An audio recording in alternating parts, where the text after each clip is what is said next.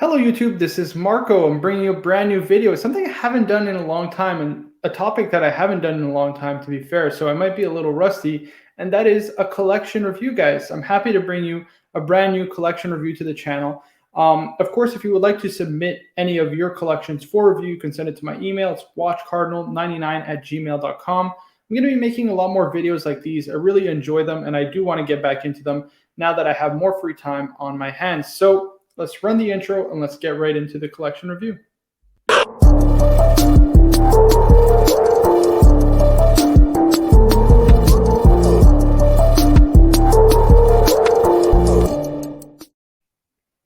Alrighty, so certainly an impressive collection, both from a standpoint of, damn, that must be a hard to get collection, and it is certainly a pretty impressive collection from a financial perspective. He is, of course, deeply invested in the hobby. So going from left to right in terms of what he currently has a Panda Daytona. He has a 41 millimeter no date Submariner, so that's the newer version, the 124060. He has the full gold root beer, which I think is a really underrated watch. The hue of that rose gold is really beautiful. It's not a very ostentatious gold. It's a very under the radar, very rich, and very, just under the radar rich type of hue. He's got a date 840 in yellow gold with, of course, the champagne dial and the baguette indices. And to kind of cap off the collection, he does have a duo face reverso. So getting into the kind of nitty gritty, the details of his collection, all of his watches were bought from an AD, and the Everose GMT is his favorite. He's in a position to potentially ask for a hard-to-get model, but he feels a desire to move on from Rolex, and he's looking for a blue dual time overseas as his next watch, but he has no prior purchase history with a Vacheron AD. So overall, taking a look at this collection, I think it is great in that he's built a very solid foundation that he can build upon for the future. Now, I do agree with him. I wouldn't really be adding any Rolex. In fact, I'll be recommending you liquidate one of your Rolexes. I don't think it's really necessary in the collection. And I would also potentially use that AD connection to get, one of those home run Rolexes that are super hot right now to ultimately get into one of the harder to get models. But of course, we'll get into that in a second. But overall, what do I think of this collection? I mean, it is a little bit of an obvious collection, right? You have a lot of the obvious choices. You have a GMT, a Submariner, a Daytona, a Date 8, and then a Reverso dual face. And so overall, what I want to impart your collection with through this review is maybe, I think originality is the wrong word. Maybe it's a bit too harsh, but I want a better view of you, because when I see this collection, I see somebody who has a very impressive collection, who is, definitely somebody who's interested in watches, but I don't get a feeling of, okay, this is your personality. This is your type of collector that you are, because most of these watches are mostly similar. So that's kind of the way I do want to take your collection. So beginning with, of course, the first dilemma, which is not wanting a new Rolex or another Rolex to the collection. Now, I disagree with that. I think if you are done with Rolex and you're ready to move on, and you do have a good AD connection, which it seems that you do, and you are in a position to ask for a hard-to-get model, I would definitely use that to get into, one that sells for big money on the secondary market,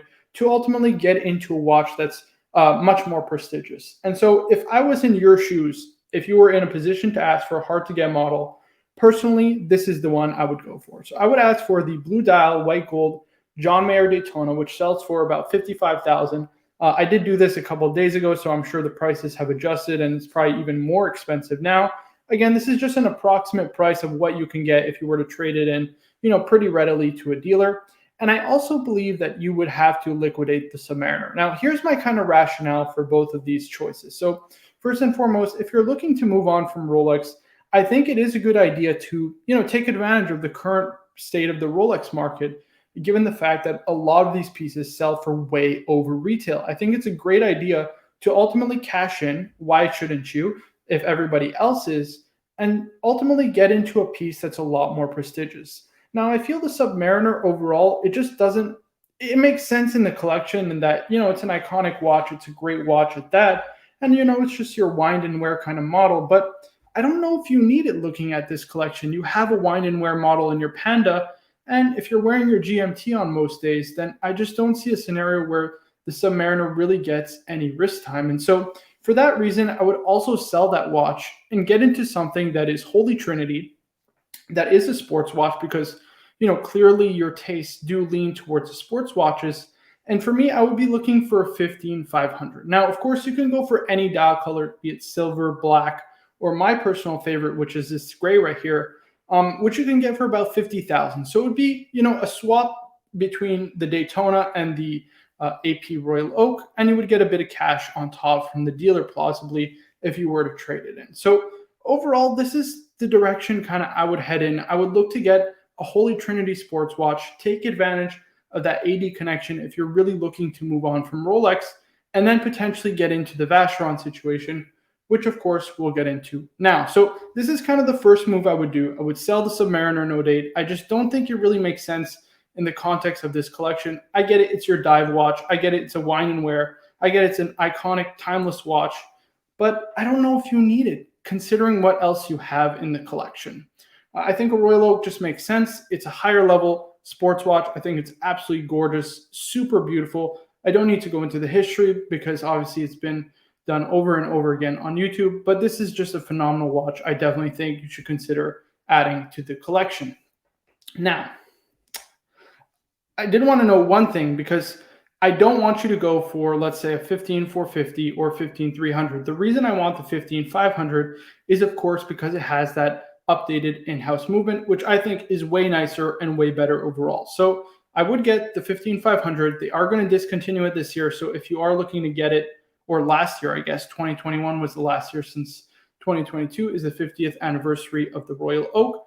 I would be looking to get it as soon as possible, because of course these are only going to continue to increase in price, in my opinion, given their rarity and given the fact that they will be, of course, a discontinued watch. So 15500 with the updated in-house movement.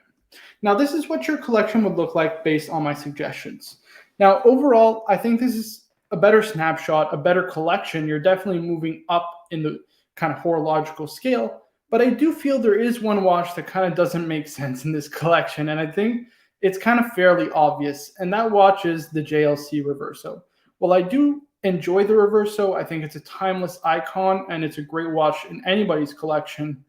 It just doesn't make sense in the context of this one. It's just, yeah, it just doesn't fit. I'm sorry, I don't get it. It looks like a watch that you kind of just added because, it's a Reverso, it's a timeless and classic watch. But overall, I just wouldn't keep it in the collection. I don't think that it makes sense. And I would look to add something else instead. So overall, I would get rid of the Reverso. That would leave you with about 17,500 in cash left over, of course, from that previous trade right over here. So of course, 50,000 for the Daytona, and then you would get about 12,500 from the trade-in on the sub, and an extra 5,000 from the white gold Daytona. And then overall cash would be 23,500 that you would have to kind of play with. Now, of course, I am asking you to add a lot of money. I mean, 50,000 is no joke to get that AP Royal Oak. It is definitely expensive, but I certainly think it's worth it. And of course, this isn't a time horizon of 1 year or 6 months. It could be done over a couple of years. And I do believe in your recommendation of getting another GMT watch, specifically the Vacheron Dual Time. I do really like that watch. I think it's a great watch. But I think getting it from an AD with no purchase history is a bit of a stretch. If you were telling me maybe 6 months ago you got on that list, maybe a year ago, then I definitely say you got a shot. But nowadays, the Vacheron situation has really changed the overseas. It's one of the most hyped models. It's crazy how much the value of that watch has gone up in the last kind of 6 months. And I just don't know if it's realistic to get it from an AD. And so for that reason, I think you need to kind of pair it with another watch from Vacheron, and a watch that I believe you should get as a dress watch from Vacheron that isn't super expensive, but I'll give you a couple of options. So I think adding the dual time overseas totally makes sense. Basically selling your Submariner and getting and the Reverso with the leftover cash from that AP trade would of course be able to basically pay off that overseas. Now, you would also need to buy one more watch, in my opinion, to kind of build that credit history with Vacheron. And these are kind of the two I would suggest. I would suggest 2 watches to sell, or to add rather, to the collection that would kind of replace your Reverso. And the 2 that I have are the 56 with the silver dial in particular, and the Traditionnelle in rose gold with the again, silver kind of opaline dial, if you will. Now, of course, there's a huge disparity in price given one's in rose gold and one's in steel. Personally, I think I would get the steel one. It's just a little bit cheaper, but it's really a factor of which one that you prefer. Of course, the Traditional is much more prestigious. It does have the Geneva seal. And so for that reason, it is a better watch overall. But that's not to say that the 56 isn't a great watch also. And I do think it would look good in your collection, especially since you're a younger guy, and it would ultimately fit with a sportier vibe. It's a more versatile watch, something that you can wear every day within, a rotation of your collection. And it could also double as your dress watch. And so with these suggestions, it would give you kind of this collection. And I think overall, this is a collection that really makes sense. I think you got your chronograph, you got your 2 GMTs, which I think are great. I don't think you really need a diver. If you're going swimming, you could just wear a G-Shock. You got your Day-Date, which kind of your all gold piece. You got your, heavy hitting steel watch from Holy Trinity, 2 of them actually, right? You got the Vacheron and the AP Royal Oak. One's a 3-hander, one is a dual time. And you do have your dress watch, which is also pretty versatile and that you can wear more casually in the Vacheron 56. To me, this is a very, very versatile collection. It's a very nice collection, and it covers all of your bases, both in terms of sports, in dress, and in terms of functionality.